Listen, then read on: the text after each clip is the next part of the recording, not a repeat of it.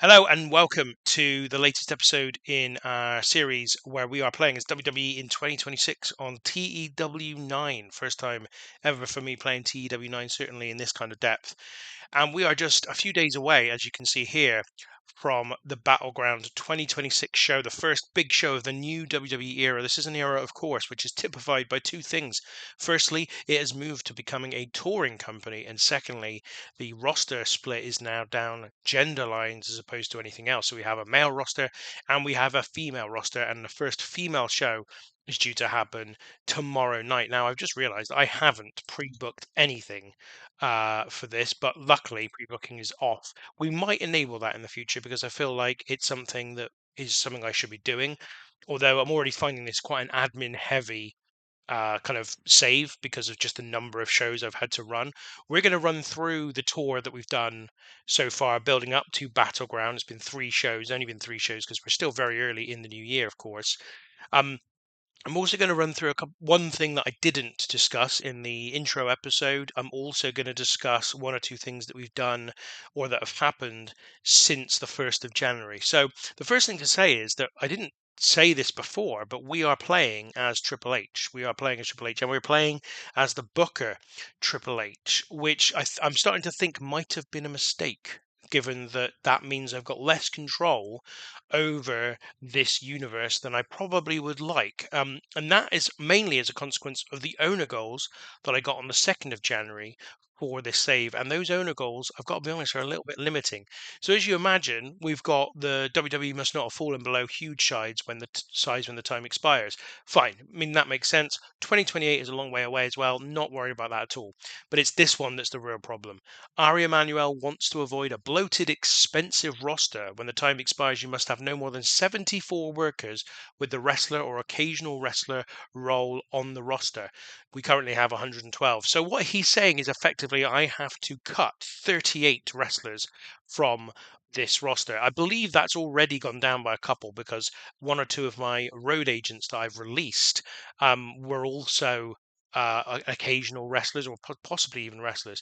So that has gone down a couple, but this isn't going to work for me because we've got two rosters. There's no way I can have 37 workers on each roster. It just doesn't feel like enough. Maybe that's wrong. Maybe I'm overdoing it in terms of how many wrestlers we should have. So I'm wondering what I do about this. Either I ignore it and hope that even though it's high importance, it's not a major problem, or I try and get us down to 74 workers by that date, and then that goal goes away, and then maybe I can just start to reintroduce more wrestlers onto the roster again. I don't know. I'm going to have to think that through, but that is not ideal, not the best thing. We've got Seth Rollins must be kept above 71 overall popularity in USA, is currently 79. Now, I don't know if this degrades because he's injured. So at the moment, Seth Rollins is not available to me, so I can't use him. So I can't. If I used him badly, obviously his popularity would start to decrease. So that's not going to happen because I can't use him. But does it degrade over time without using him? Because if it does, this could be actually something that happens without me having any control over it. Well, we'll find out as we go through this save. And then we've got some kind of average importance goals. We can't hire wrestlers who are technicians or psychopaths. To be honest, I don't think that's a major problem. Technician might be. There might be a couple of wrestlers that I might like to employ who are in that mold, but certainly psychopath, I can't see that being a major problem at all. So those are the owner goals. They're not ideal, and I think retrospectively, if I was being honest, I would go back to the beginning of the save and just make Triple H the owner, or even just be Ari Emanuel and book the show as well as owning the company. I don't know. I wasn't worried about realism of any kind or changing the personnel at the top to create a series out of. For example, I could have been somebody else and tried to book it from their perspective. Instead, I'm booking it from my perspective. So I was just like, I'll just keep Triple H in place as just a sort of blank slate avatar for what I want to do. So we've had a couple of events that have taken place as well since the owner goals. One of them being in our development system. Let me just reset this. Obafemi has come to me and asked to be moved to the main roster. That is not. I'm not sure what's going to happen with Obafemi. I would like actually some input from you. So if you have any opinion on whether Obafemi should come up to the main roster or not, let me know because he's asked me to come up. I will make a decision after the Royal Rumble So that will be, and the Royal Rumble itself will be taking place on our next episode. So, yeah, let me know about Obafemi. Should he be on the main roster? Of course, if he is, then that will only increase the issue I've got in terms of the owner goal that I've been given to reduce the roster. But as I say, I'm tempted to just ignore it and hope for the best there. Now, we have released a number of wrestlers as well. Let's take a look at that. So, first of all of these guys, well, I say wrestlers, none of them are wrestlers. Got John Gaburick, Ken Doane, Bruce Pritchard, Shane Helms, P.T. Williams, Chris Parks, B.G. James, and Robert Roode. All were working as road agents. All have gone. Bruce Pritchard was also on my booking team. And as I said in a previous episode, this is the first experience I've got of playing with a booking team. But I've found that there are one or two other people in the company who are actually going to be more valuable to me in the booking team than Bruce Pritchard. And he wasn't one of the best road agents. So Bruce Pritchard has gone along with all those other road agents. We just had a ton of them, especially as we wanted only women road agents on the women's roster. We just didn't have a need for quite so many as we had before. We've also released Tamina because she's retired and doesn't have any role within WWE within the game. So she's gone. Byron Saxton's gone. Megan Morant has gone. Nick Khan, similar thing. I mean, obviously, realistically, I wouldn't be able to release him, but he was on my roster doing nothing. He's gone. Scott Stanford's gone. Titus O'Neil's gone again. Another guy who's retired. No actual role on the roster at all. So he's gone. That's 13 individuals that we've already released. At the moment, I've got no intention of releasing any wrestlers, but we will again review that as we go. And then there was one other thing that happened since I started the game. Sure.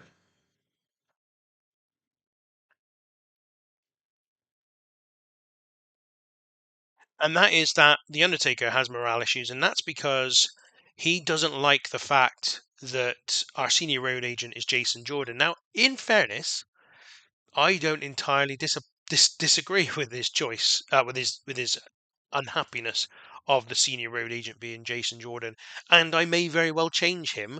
I don't know if I'd change him to the Undertaker, but I might do. Undertaker might become my new senior road agent. The problem with the Undertaker is that, at least on the game and possibly in real life, he seems to be a little bit of a cantankerous old man, basically. He's just annoyed at he doesn't like the choice of our senior road agent. But also, I got a feeling, if I could find, I don't know, here we go, personal details. Uh, okay, it doesn't say anything on here, but there was definitely something that I saw where he was just grumpy. Basically, it said something to the effect of him being grumpy. I can't remember where I saw it, but anyway, I don't know. We'll see. The other problem I've got is this thing about Brock Lesnar. So I did ask in the last episode, give me some feedback on whether Brock Lesnar should stay or go. Still welcome that feedback because I don't need to make this decision until at least the end of the next episode. Um, but what I do know is if I release Brock Lesnar, the Undertaker's not going to be happy with it. It will just add to his unhappiness. The problem I've got is that, at least according to the game, the Undertaker is the best road agent we've got, and I don't really want to lose him there as a consequence of that. So yeah, we've got a little bit of an issue there with the Undertaker, but that's just sometimes how it goes. We're also making a couple of decisions about other people. So Brock Lesnar and possibly the Undertaker are two people I've listed as maybe being released. But again, I found new value on what the Undertaker can bring, given that he's a really good road agent. Plus, though, Joe Tessitore is kind of a little bit now surplus to requirements because we have our male announce team, which is, by the way, Michael Cole and Corey Graves. And we've got female announcers on the female brand. So it feels like Joe Tessitore is now pretty much surplus to requirements. I mean, what else do we need him for? We've also got John Cena on the list of maybes. And this is because, again, now he's retired. He's got absolutely no um, role to play in the company. I'm not even sure. Can we tick any of these boxes? I haven't even tried this. We can't even tick any of these boxes. So he's got nothing to do. He can't, we can't use him. But obviously he's John Cena. So I'm not absolutely certain I want to release him. Let's just see what happens if I did try to release him. So loads of people saying they want me to reconsider. So I'm not going to release him yet, but that's something to think about. Maybe we just let his contract run down. It's only going to July 2026. Also on the list of maybes is Pat McAfee, because again, he is surplus to requirements. Now we've only got one male um, announced team. Do we really need to keep Pat McAfee in the company? I don't know. I'll have a think about it. I haven't I only selected Corey Graves just because he was there at the time. It came to mind. Maybe Pat McAfee would be a better color commentator with Michael Cole. I don't know. Again, let me know who's better, Corey Graves or Pat McAfee, and maybe not think about who's better in real life, but who do we think suits this new WWE thing that we've got going on with the split brands and the touring schedule. So let's go into then what's happened on the tour that we're currently running, which is the Battleground tour. I'm not going to go into the Rumble tour for now because that is for the next episode. We'll be looking at the Men's Royal Rumble and the tour at that point. So the first show of the Battleground tour was in the Hofstra Physical Fitness Center in the tri-state area with 2,500 in attendance, a sellout there, but only a show rating of 43. The main event was the Judgment Day against Becky Lynch, Lyra Valkyria, and Bayley. We also had a promo where Tiffany Stratton was talking about how she'll take all the gold at Battleground, and that is because the main event at Battleground, as you likely have seen from the thumbnail on this video, is going to be Tiffany Stratton taking on Stephanie Vaquer in a title unification match. So Tiffany Stratton saying she's going to take all the gold at Battleground. This is after a match which saw her team, along with Giulia, Michin, and Ivanov, beat Stephanie Vaquer, Natalia, Zelina Vega, and B-Fab.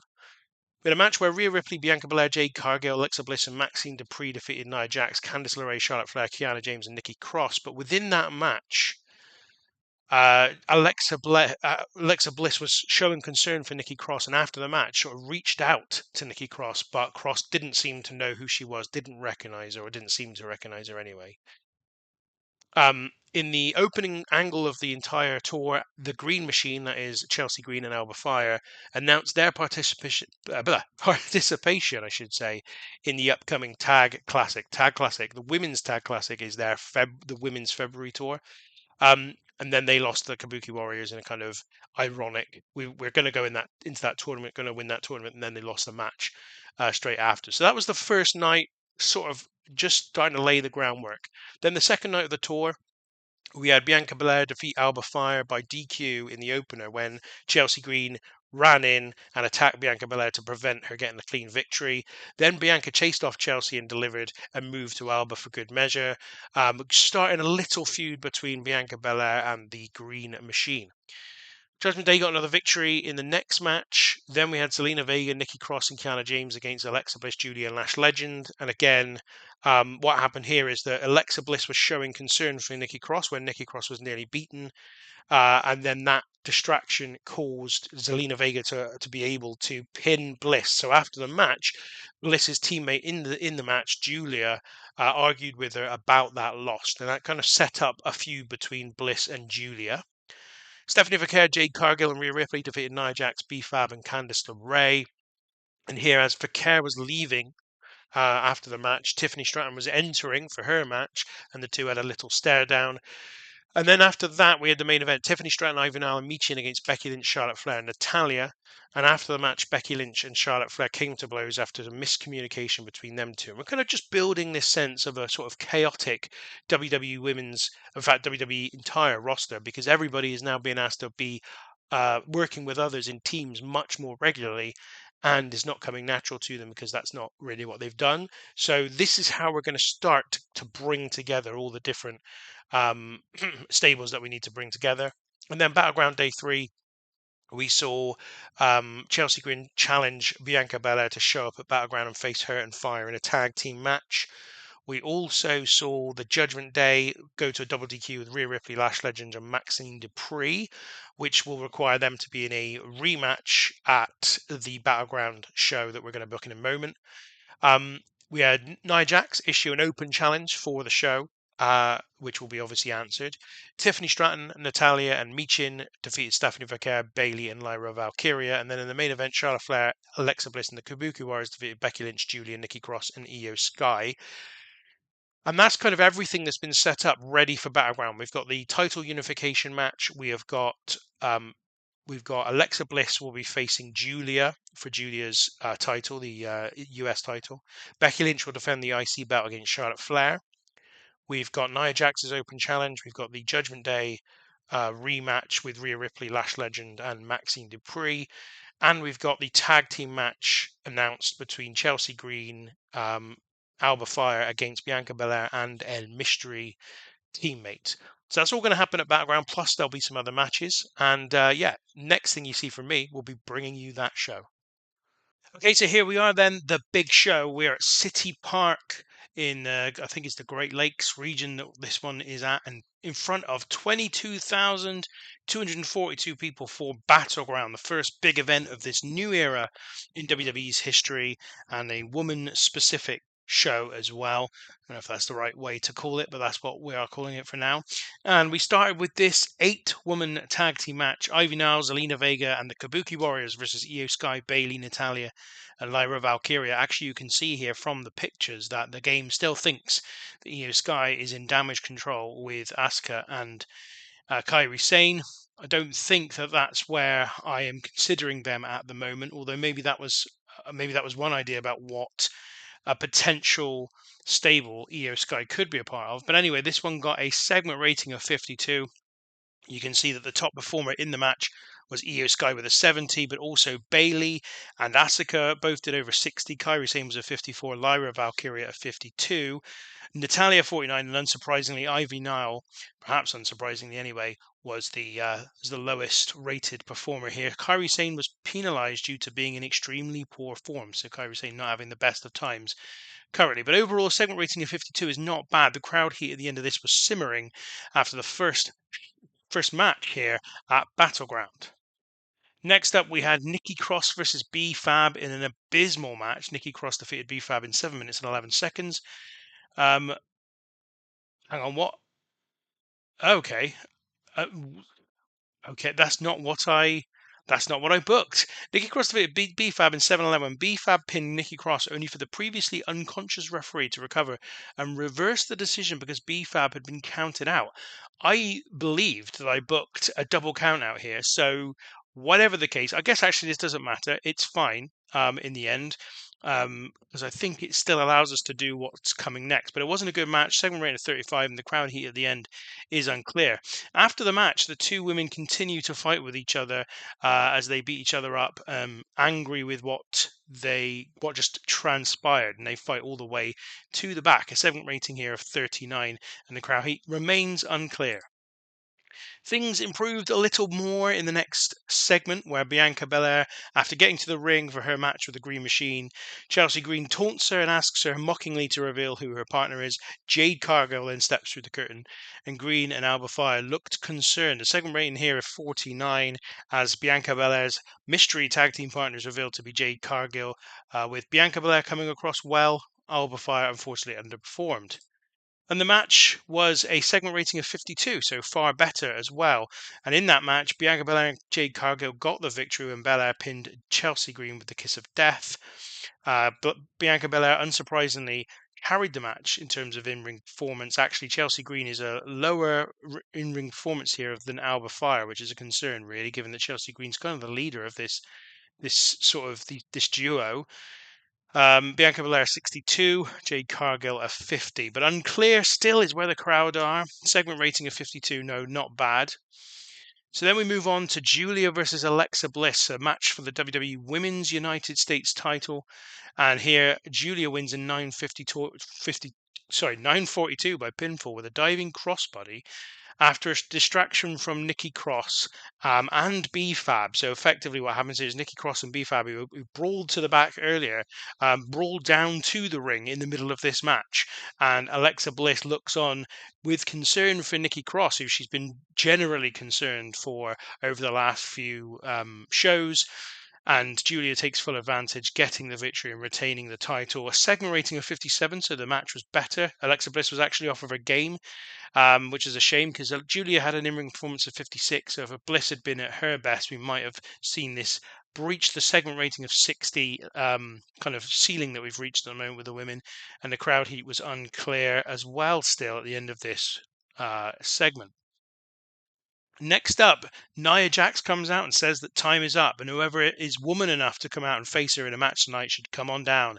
The familiar tones of Time to Rock and Roll sound out, and out comes Trish Stratus to accept the challenge. A segment rating here of 53, as Trish Stratus is the surprise that answers Nia Jax's open challenge. Then the match, Nia Jax wins in 10:49 by pinfall with a standing leg drop following interference from Candice LeRae.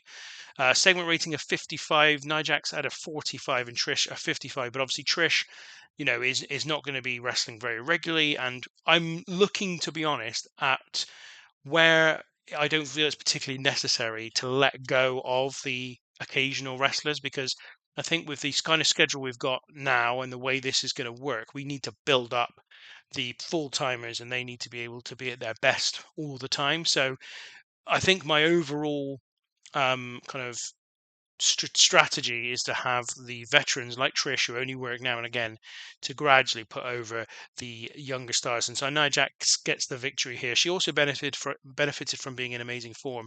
Unfortunately, the crowd heat is still unclear, so this has not been a good show in terms of the general crowd heat. And segment rating is 55.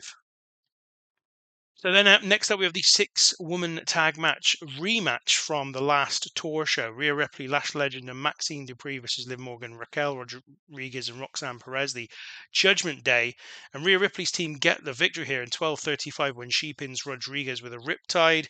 Ripley is easily the top performer here. And actually, had it not been for the fact that this was a feud with Ripley, I would have probably preferred the the sort of settled stable team, the Judgment Day, to win this.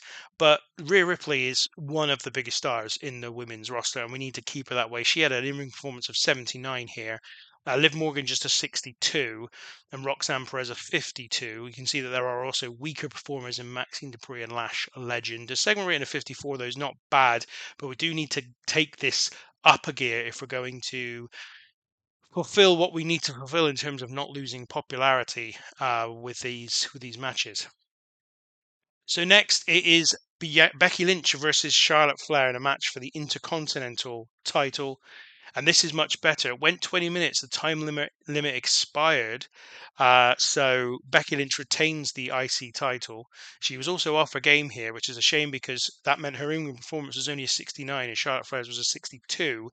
Um, the crowd rating was a 73 for this one. The wrestling rating 65, and the segment rating just 62, which is a shame. I think this could have been better, but Becky was off her game. The two have good chemistry, and they've gone to a time limit here for this one. And then finally, our main event, Stephanie Vaquer versus Tiffany Stratton. Stephanie Vaquer wins the match in 16:48 by submission. She makes defense number one of the WWE Women's title and also wins the WWE Women's title. I mean, the fact that that sentence didn't make any sense to me is exactly why I am bringing these two titles together, unifying them into one. Tiffany Stratton had an in-ring performance of 60, Stephanie Vaquer 53, segment rating was a 58. Stephanie benefited from having a hot new move. Tiffany Stratton benefited from being in amazing form and flavor of the month. But I just prefer Stephanie Vaquer as a wrestler, and I decided she was going to be our first unified women's champion to take this company forward. So we're going to finish the show. It was not a particularly good event and lost its popularity in one region. I should also mention that we didn't televise that, and that's actually a failure of mine because I forgot to sign a deal for events with any TV network before this. So that was a mistake, but that also had the benefit of only losing its popularity in one region. We've got a long way to go with the women. I think it's clear that I've got to figure out, who the women are that can actually really truly headline in this roster, and who will therefore be tasked with taking this promotion forward. Hopefully, Stephanie Vaquer's performances will improve following um, that match because it wasn't like she was amazing there. I think we'll address the locker room. I think we will kind of give some credit to Becky Lynch and Charlotte Flair, who had the best match of the night. Obviously, Rhea Ripley. And I think let's also go with Tiffany and point out as a good example because she did the job and she did it without fuss. Obviously, loads of ticket sales for us there. $667,000 being made. Another $580,000 being made in merchandise. So a really big profit of over $1 million for the show. But I need to remember to add the TV deals for these big events going forward. That one wasn't televised as far as as far as that goes, but that was a mistake. And you can see here at Midwest, we've gone down to 79 as a consequence of this not being a particularly good match. Media scrum. Apparently, I've chosen to take part in a media scrum. There's an obvious lack of hot storylines in WWE. Said Booker, that's surely your responsibility. Why aren't you doing your job? I mean, why is this in here? I don't want this kind of stuff in the game. But anyway, let's just do that. Feedback seems to be that WWE was disappointing to many. How do you feel the show went? That one. WWE Men's Royal Rumble, one of the most historic WWE shows, is right around the corner. Are you excited? I can't wait, and neither can the roster. With Stephanie Vaquer having won the WWE Women's title tonight, is this the start of a big push for her? She deserves the opportunity to get a run as champion. I have a lot in faith in her, I will say. How concerned are you by the off night that Maxine Dupree had? Top of your roster has a slightly mature vibe. Of your big stars, the average age is around 37 years old. Is it a worry to you? Blah, blah, blah. Just going to say that, and that's completed. I mean, do I have to do the media scrums? I don't know. I hope not, because I don't really want to have to do those. But anyway, that's how we handled the media scrum. So that was not the best show. Certainly, we've got a long way to go in terms of um, ensuring that the women's roster can handle these big events. Partially, that was my choice of matches that did that. Partially, it was who was already in the title picture.